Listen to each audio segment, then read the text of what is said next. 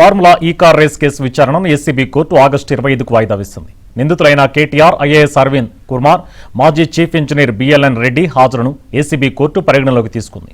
1,00,000 పూచీకత్తు, 2 షూరిటీలు సమర్పించాలని కేటీఆర్ను ACB court ఆదేశించింది. 8 లక్షల రూపాయల వరకు కూడా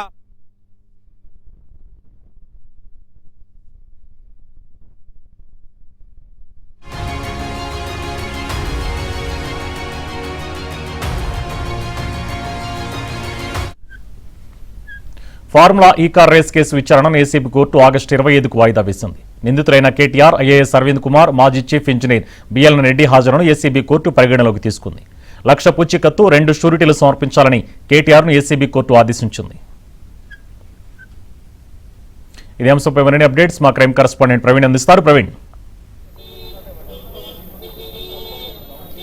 ఫార్ములా ఈ కార్ రేసింగ్ కేసులో ఇప్పటికే వ్యక్తిగతంగా నిందితులు విచారణకు హాజరు కావడం జరిగింది. ముఖ్యంగా కేటీఆర్ను కూడా ఈరోజు వ్యక్తిగతంగా ఏసీబీ కోర్టు ముందు హాజరైన తర్వాత వాళ్ళ అటెండెన్స్ తీసుకున్న తర్వాత తదుపరి విచారణ ఆగస్టు 25కు వాయిదా వేసింది. మరోవైపు 1,00,000 రూపాయల పూచీకత్తుతో పాటు 2 షూరిటీస్ను సబ్మిట్ చేయాలంటూ కూడా ఏసీబీ కోర్టు ఆదేశించినటువంటి పరిస్థితి ఉంది. మరోవైపు ఈ కేసులో ఉన్నటువంటి నిందితుల తరపు న్యాయవాదులు అయితే మాత్రం కోర్టుని ఒక అంశాన్ని అభ్యర్థించడం జరిగింది. ఎందుకంటే ఈ కేసులో ఛార్జ్షీట్తో పాటు ఏసీబీ సేకరించినటువంటి టెక్నికల్ ఎవిడెన్స్ ఏవైతే ఉన్నాయో వాటిని కూడా తమకి అందజేయాలనేటువంటి అంశాన్ని న్యాయస్థానాన్ని కోరడం జరిగింది. మరోవైపు వచ్చేటువంటి విచారణలో ఏసీబీ సమర్పించినటువంటి అంశాలన్నిటిపైన కూడా అందజేయాలంటూ కూడా ఏసీబీ కోర్టు కూడా స్పష్టం చేసినటువంటి పరిస్థితి. మరోవైపు ఎఫ్ఈఓ కంపెనీ ఈరోజు ఈ కేసులో నిందితులుగా ఉన్నారు కాబట్టి ఎఫ్ఈఓ కంపెనీ తరపున కూడా వాళ్ళు టైం తీసుకోవడం జరిగింది. మరోవైపు మిగిలినటువంటి నిందితులందరూ కూడా ఈరోజు వ్యక్తిగతంగా విచారణకు హాజరైనటువంటి పరిస్థితి ఉంది. ఈ అటెండెన్స్ తర్వాత నెక్స్ట్ ఈ కేసులో ట్రయల్ కొనసాగేటువంటి అవకాశం ఉంటుంది. ట్రయల్ తర్వాత ఈ కేసులో అంటే ఇటు ఆరోపణలు ఎదుర్కొని ప్రస్తుతం నిందితులుగా ఉన్నటువంటి వారు కూడా ఈ అంశానికి సంబంధించి కూడా వాళ్ళ అభ్యంతరాలు వ్యక్తం చేస్తూ వాళ్ళ యొక్క వాదనలు కూడా వినిపించే అవకాశం ఉంది. ప్రస్తుతం ఈరోజు ఏ విధంగా అంటే ఈరోజు జరిగినటువంటి ప్రొసీజర్ ఏంటి అనేది ఒకసారి న్యాయవాదులతో మాట్లాడదాం. ముఖ్యంగా ఈరోజు ఏసీబీ కోర్టు ముందు వ్యక్తిగతంగా కేటీఆర్ హాజరు కావడం జరిగింది. మరోవైపు ఐఏఎస్ అధికారి అరవింద్ కుమార్, బిఎల్ఎన్ రెడ్డి హాజరయ్యారు. ఈరోజు జరిగినటువంటి ప్రొసీజర్ ఏంటి, కోర్టు ఎలాంటి కామెంట్స్ చేసింది? ఇది అపియరెన్స్కి వచ్చినటువంటి కేసు ఛార్జ్షీట్ ఫైల్ చేసిన తర్వాత వాళ్ళు 2 షూరిటీస్ ఇవ్వమన్నారు. 1,00,000 రూపాయల చొప్పున 2 షూరిటీ ఇవ్వటం జరుగుతుంది. ఆ తర్వాత కేసు 25 ఆగస్టుకి పోస్ట్ చేయడం జరిగింది. అయితే ఎప్పుడు కూడా ఏంటి అంటే ఈ ఛార్జ్షీట్ ఫైల్ చేసినప్పుడు తర్వాత ఏదైతే డాక్యుమెంటరీ ఎవిడెన్స్ ఏదైతే కలెక్ట్ చేస్తారో ఈ ఏసీబీ వాళ్ళు ఇవన్నీ కూడా ఎవిడెన్స్ అన్నీ కూడా కోర్టులో ఫైల్ చేసి ఛార్జ్షీట్తో పాటు ఫైల్ చేస్తారు. దానికి సంబంధించిన టెక్నికల్గా లేకపోతే ఇట్లాంటివి ఉంటాయి కదా, ఈ ఏదైతే ఈ మధ్య కాలంలో వచ్చిన సైబర్ సంబంధించినటువంటి ఇట్లా ఎలక్ట్రానిక్ ఐటమ్స్ ఇవన్నీ కూడా మాకు కావాలి, అసలు వాళ్ళు ఏమి చేసినారు ఏం సంగతి అని మేము అడగటం జరిగింది.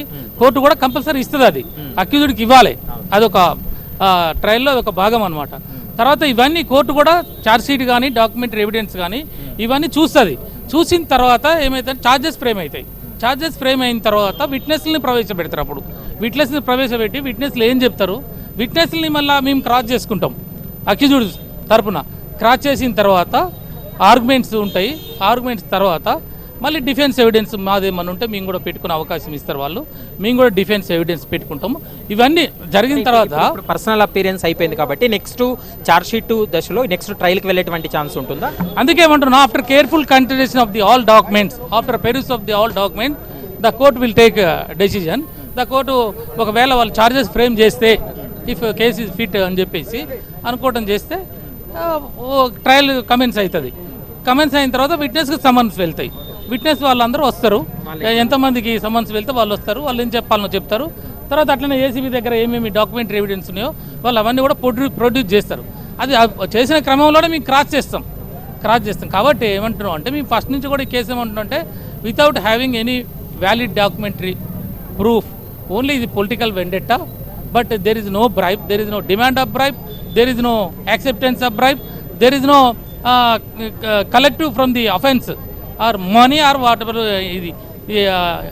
costly valuable things, but there is no recovery.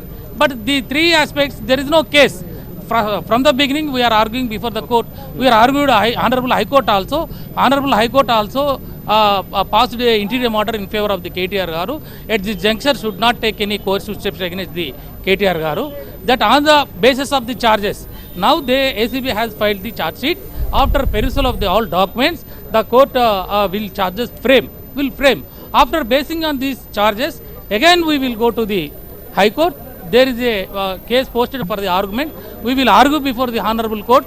We are clearly saying there is no case at all. Only this is a political vendetta. Only false case, forgery case, baseless case. They have registered against the KTR and they are defaming the opposition leaders. It is not a case at all. Right, ప్రస్తుతం మనం చూస్తున్నాం ఇప్పటికే ఈ కేసుకు సంబంధించి అంటే formula E car race కేసులో charge sheet వేసిన తర్వాత ఛార్జ్ షీట్ను పరిగణలోకి తీసుకొని ప్రస్తుతం ఈ కేసులో ఉన్నటువంటి నిందితులకి సమన్స్ ఇవ్వడం జరిగింది. ఈరోజు వ్యక్తిగతంగా వాళ్ళ పర్సనల్ అపీరెన్స్ ఇవ్వడం జరిగింది. అటెండెన్స్ తీసుకున్న తర్వాత వచ్చే నెల 25కు వాయిదా వేసింది. 25వ తారీఖున మరొకసారి ఈ కేసు విచారణ కొనసాగుతుంది. మరోవైపు నిందితుల తరపు న్యాయవాదులు అడిగినట్లు ఈ కేసుకు సంబంధించినటువంటి టెక్నికల్ ఎవిడెన్స్ కావచ్చు, ఏవైతే ఆధారాలు సేకరించారో వాటికి సంబంధించి కూడా తమకు అప్పగించాలనేటువంటి అంశానికి సంబంధించి వచ్చే నెల 25వ తారీఖున ఒక క్లారిటీ వచ్చేటువంటి అవకాశం అయితే కనిపిస్తుంది. Right, thank you Praveen.